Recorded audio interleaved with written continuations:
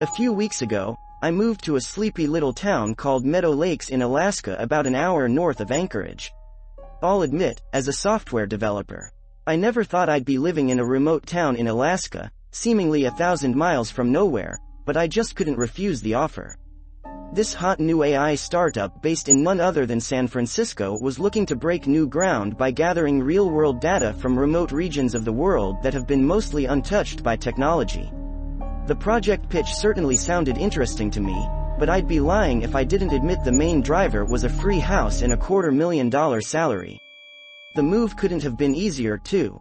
I still lived with my parents, so there wasn't much for the movers to page up and take to the new house, and my amazing new salary meant I could realistically buy whatever I needed once settled in any way. It was a 2-day trip from the East Coast to Anchorage, from which I simply had an hour's drive to my new residence. When I finally arrived around noon on the second day of my travel, I was pleasantly surprised to find that not only did all my stuff make it to the house, but it was fully furnished as well. A kitchen full of appliances, a living room with a sectional and recliner. Admittedly, I only cared about the recliner, but the only thing missing was a bed. Not a big deal for me since I was known to fall asleep in my chair back home anyway.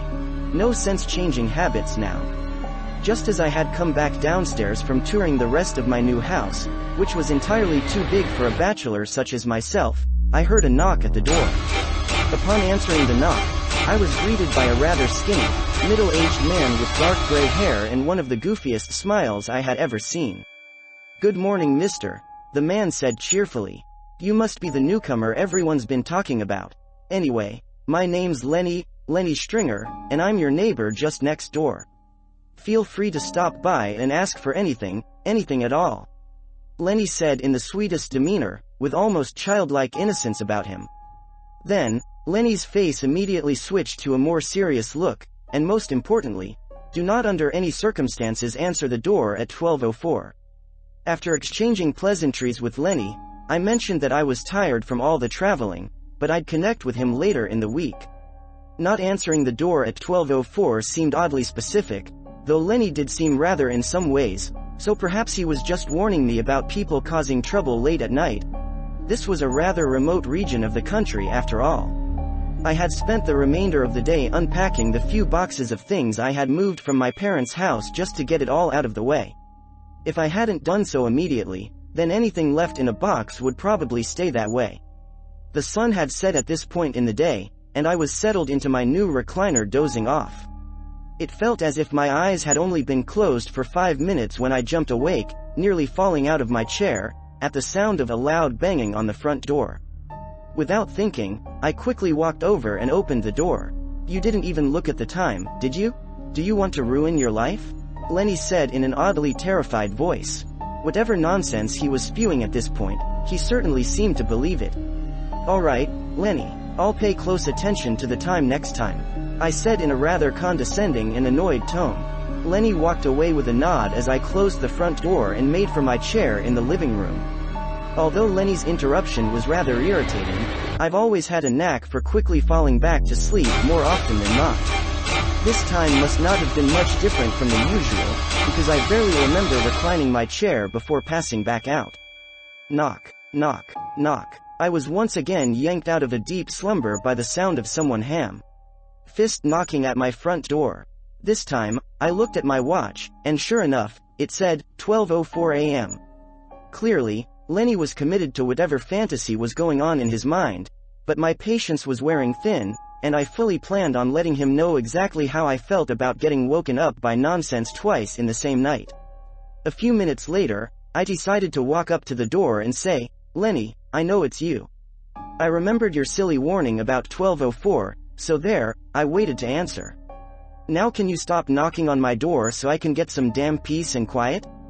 The knocking had immediately stopped, and there was nothing but silence. Completely uninterested in seeing Lenny's face again, I turned back towards the living room.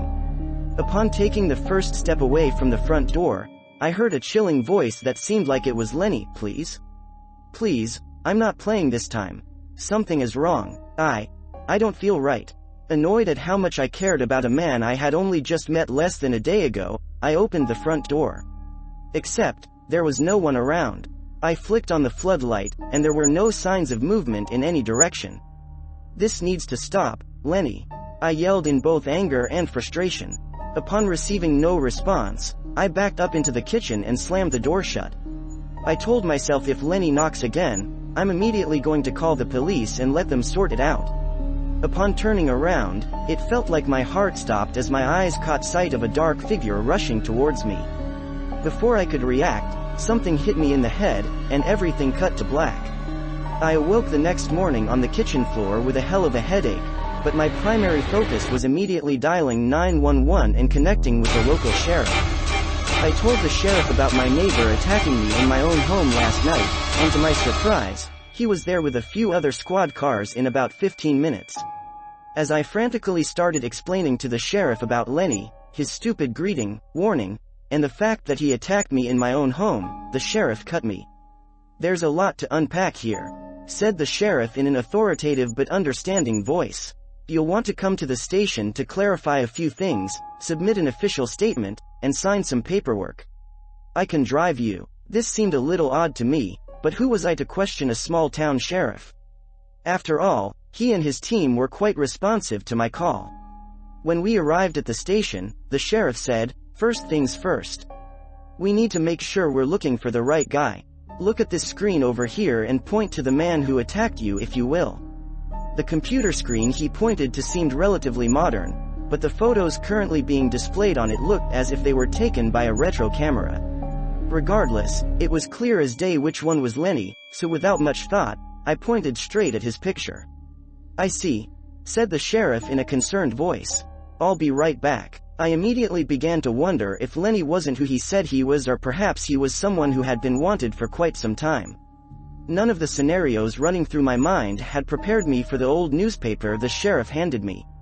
Lenny's picture was on the front page clear as day, but the headline read, "Local man Lenny Stringer brutally murdered in his own home." Further down it continues with, "Around 12:04 a.m., neighbors reported yelling and screaming. No suspects have been named." I could immediately feel the color draining from my face.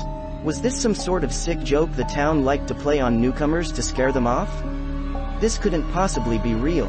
Sensing my disbelief, the sheriff broke the silence. "Yeah, this was a famous case back in the day. Poor Lenny was barely recognizable when they found him. They never did catch who done it, mainly because no one knew who'd do that to Lenny. No need to worry though, that happened 100 years ago Oh day. Even if the killer was a toddler at that point, they're dead and gone by now." After this ridiculous story from the sheriff, I decided to ask for a ride home. Upon my arrival, I immediately started researching this Lenny nonsense. There was no way what they were telling me was real. And yet, every news outlet I landed on seemed to confirm the sheriff's recollection, which was far more chilling than the town potentially being out to get me. As previously stated, this was a few weeks ago now. I haven't been attacked, nor have I seen any sign of Lenny since that day I talked to the sheriff. Credit where credit is due, I'm likely attack-free since I now heed Lenny's warning.